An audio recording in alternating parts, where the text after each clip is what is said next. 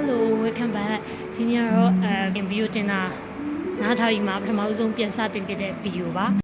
ဒီနေ့ပြောချင်တာကကျွန်တော်တက်26နှစ်မှာဘာလို့တချို့အခုလုပ်နေတဲ့အရာတွေကိုပြန်ပြီးဆက်လုပ်နေရလဲဆိုရဲစတိုရီကိုပြသသွားမှာဖြစ်ပါတယ်ဒီကြမှာပါကျွန်တော်ကွန်ပျူတာပြန်သင်နေတယ်အင်္ဂလိပ်စာပြန်လုပ်နေတယ်ကျွန်တော်ကွန်ပျူတာကိုသင်မှုပါတယ်ဒါပေမဲ့မသုံးပြတာကြာတာရယ်အလုံးမှာမသုံးတာရယ်ကြောင့်မလို့ပြန်မေ့သွားတယ်နှစ်ခေါက်လောက်သင်မှုတယ်ဒါပေမဲ့အဲ့လိုပေါ့လုပ်ရတဲ့အလုပ်ကလုပ်ရတဲ့အလုပ်မှာကွန်ပျူတာမသုံးရတဲ့အလုပ်မျိုးဖြစ်နေတာရယ်နောက်တစ်ခုကိုရိုင်းရလဲဒီကွန်ပျူတာနဲ့ပတ်သက်လို့ရှိရင်သိပြီးတော့စိတ်ပါဝင်စားမှုအားနည်းတာရယ်ကြောင့်ဒီဟာကိုတို့ခက်ခဲတစ်ခုလိုဖြစ်နေခဲ့အဲ့ဒီခါမှာကြာလာတော့ကွန်ပျူတာကျွန်တော်တို့ကမလိုဘူးလို့ထင်သွားတဲ့အတွေးတစ်ခုဝင်လာတယ်ပေါ့မလိုဘူးအလုံးမှာလည်းသုံးနေရမို့တော့မလိုဘူးဆိုတဲ့အတွေးအဲ့အတွေးကြောင့်ပဲကျွန်တော်ကွန်ပျူတာကိုကွန်ပျူတာကအဲ့မလိုဘူးဆိုတဲ့အတွေးရလဲအကြောင်းပြချက်တစ်ခုဖြစ်လာရယ်ပေါ့ကျွန်တော်တို့ကမှတည့်ရတိုင်းပဲကျွန်တော်တို့အလုပ်တစ်ခုမှဆွဆွမြဲလုပ်နေရဆိုလို့ရှိရင်အဲ့ဒီလုပ်မှာပဲအကြာကြီးလုပ်နေတဲ့အချိန်ကြီးကုန်သွားတာကိုမသိဘူးပေါ့နော်အချိန်ကြီးဖြည်းဖြည်းနဲ့ကုန်သွားတယ်ဒါပေမဲ့ကျွန်တော်တို့အဲ့ဒီလုပ်မှာပဲဆက်ရှိနေကြတယ်ပြီးတော့လုပ်ကြတယ်အဲ့တော့ကျွန်တော်ရွေးချယ်လိုက်တဲ့လုပ်ကကွန်ပျူတာသုံးရတဲ့အလုပ်မဟုတ်တဲ့အတွက်ကြောင့်မလို့ကွန်ပျူတာအားနေတဲ့ဆိုရဲကိုဟာလည်းတပြည့်နဲ့ပျောက်ကွယ်လာပြီးတော့ကွန်ပျူတာလုံးဝမလို့ဖြစ်လာပါတော့အဲ့ဒါနဲ့ပဲအချိန်ကြီးကြာသွားပြီးရဲ့နောက်ကျတော့ကိုတပြည့်နဲ့တိလာတယ်နည်းနည်းလေးတခြား knowledge လေးလိုက်ရှာဖွေရင်းနဲ့ကိုဘွားတဲ့ solution တချို့ရှာရင်းနဲ့ပေါ့နော်ကိုမှဘာခက်ခဲရှိလဲဟာတွေကိုပြင်ဆင်ရမလဲဆိုတာကိုတဖြည်းဖြည်းသိလာတယ်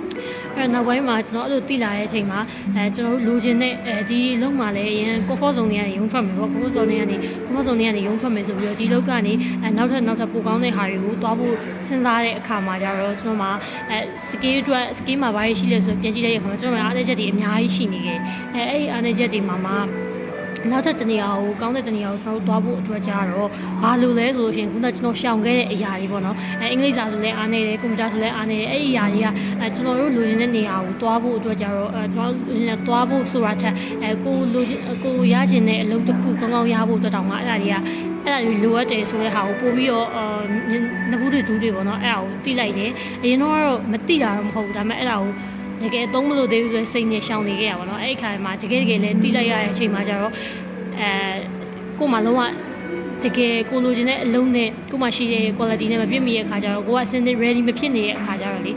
ေအရန်ဟိုလက်လွတ်လိုက်ရတဲ့အခွင့်အရေးတွေလည်းရှိတယ်အဲ့လိုမျိုးကြုံတွေ့ရတဲ့နောက်မှာတော့ကျွန်တော်ဆုံးဖြတ်လိုက်တယ်တကယ်လို့ဒီဟာတွေကတကယ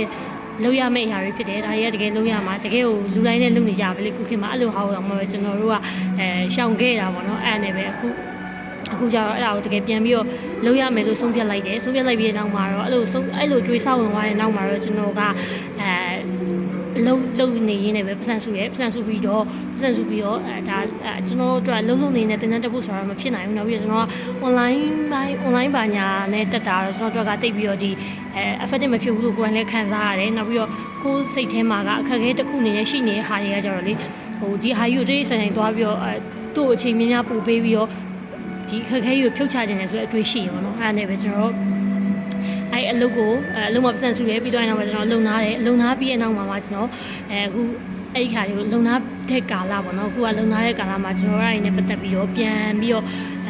့ပြန်လိုက်နေတဲ့ကာလလို့ပြောလို့ရပါတော့ဥပမာကျွန်တော်ကွန်ပျူတာပြန်သင်နေတယ်အင်္ဂလိပ်စာပြန်လုပ်နေဒါကြောင့်ရှေ့ကျွန်တော် blog တွေမှာဆိုလို့ရှိရင်မြင်လိမ့်မယ်ကျွန်တော်နေ့စဉ်လုံးနေရတယ်အပြင်သွားနေရတယ်ကျောင်းသွားတာတွေကွန်ပျူတာတက်တာတွေပေါ့နော်အဲ့ဒါတွေကတကယ်ကိုရိုးရှင်းနဲ့တခြားသူတွေဆိုလို့ရှိရင်ဖြတ်ကျော်ပြီးသားအဆင့်တွေဖြစ်နိုင်ပေမဲ့ကျွန်တော်ကတော့အခုမှအဲ့ဟာကိုအဲ့ဒီအဆင့်ကိုကျော်ဖြတ်နေလူတယောက်ပေါ့နော်အခုမှအဲ့ဒါကိုပြန်လိုက်ပြီးတော့ပြန်လုပ်နေတာပေါ့အဲ့ကကြတော့အခုအလုပ်ပြန်ရင်ဆိုင်တဲ့အချိန်မှာကျတော့ကျွန်တော်အချိန်ပေးရတယ်ငွေလည်းပေးရတယ်ပေါ့နော်ငွေပေးရဆိုတာကိုတော့ခဲနေဟာကိုပြန်ပြီးတော့ရင်ဆိုင်ရင်းနေပဲတဖြည်းဖြည်းတိလာပါလဲဆိုတော့ကျွန်တော်တို့အချိန်မှန်နေရာမှန်အချိန်မှန်မှာစောကလေးရဥမာဗျာကျွန်တော်တို့လို့ရတဲ့ဟာတွေကိုကျွန်တော်တို့မလုပ်ဘဲညင်းထားမယ်ဆိုရင်နောက်တစ်ချိန်ပြန်လုပ်တဲ့အခါမှာကျွန်တော်တို့အဲ့အအတွက်ပေးရတဲ့ဖိုးခါကပို့ပြီးတော့ရင်းနှီးကပို့ပြီးတော့အသုံးပြုရမယ့်ဟာတွေကပို့ပြီးတော့များများပို့ပြီးတော့ site ထုတ်ရမယ်ပေါ့နော်အဲ့လိုမျိုးဆိုတာကိုသိလိုက်ရတယ်ပြီးတော့နောက်တစ်ခုကကျွန်တော်ဥမာ blog ဆိုလို့ရှိရင်ဗျာ blog ရိုက်တာတွေပါဆိုလို့ရှိရင်လုံးဝမလုပ်ချင်တဲ့လုပ်တွေရတစ်ခုဆိုတာလည်းပါတယ်ဒါပေမဲ့အခုတော့အဲ့ဒါကိုစလုပ်လိုက်ပြီးစလုပ်တဲ့အချိန်မှာကျတော့ဗာလဲဆိုတော့ကျွန်တော်ဥမာ CapCut ကအစားကျွန်တော်အရင်သုံးဖို့ဘယ်လိုသုံးရမလဲဆိုတာ YouTube ကြီးကြည့်လိုက်အဲ့လိုမျိုးပြန်ပြီးတော့စတင်ပြီးတော့လုပ်ရရပါတော့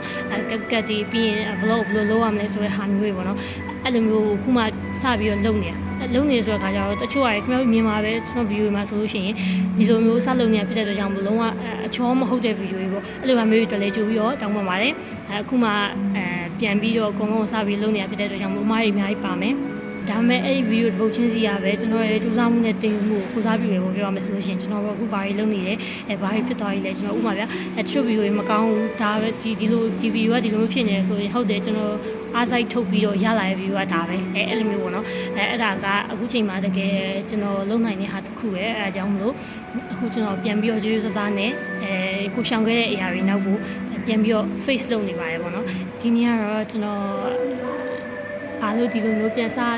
ဒီလဲဆိုရဲ story ကိုပဲပြပြသွားမှာဖြစ်ပါတယ်နောက် video တွေမှာဆိုလို့ရှိရင်တော့ကျွန်တော်ရှောင်ခဲ့တဲ့အရာတွေကိုဘယ်လိုပြန်ရင်ဆိုင်လဲဆိုတာတက်ကျွန်တော်ရင်ဆိုင်ရတဲ့အချိန်မှာအခုမှပြန်ပြီးဆိုင်ရတဲ့အချိန်မှာဘာတွေကိုကြုံတွေ့ရလဲဥပမာအင်္ဂလိပ်စာလမ်းနဲ့ပြန်လုပ်တဲ့အချိန်မှာဘယ်လိုခက်ခဲတွေတွေ့ရလဲကွန်ပျူတာအခုမှပြန်လုပ်တဲ့အချိန်မှာဘယ်လိုမျိုးဂိမ်းရက်တွေရှိလဲဆိုတဲ့ဟာကိုတော့ပြပြသွားပါမယ်ဒီ journey ကိုစိတ်ဝင်စားရဆိုလို့ရှိရင်တော့နောက် episode မှာဆက်တွေ့ကြပါဗျာစောင့်ကြည့်ပြီးလို့ကျေးဇူးများကြီးတင်ပါတယ်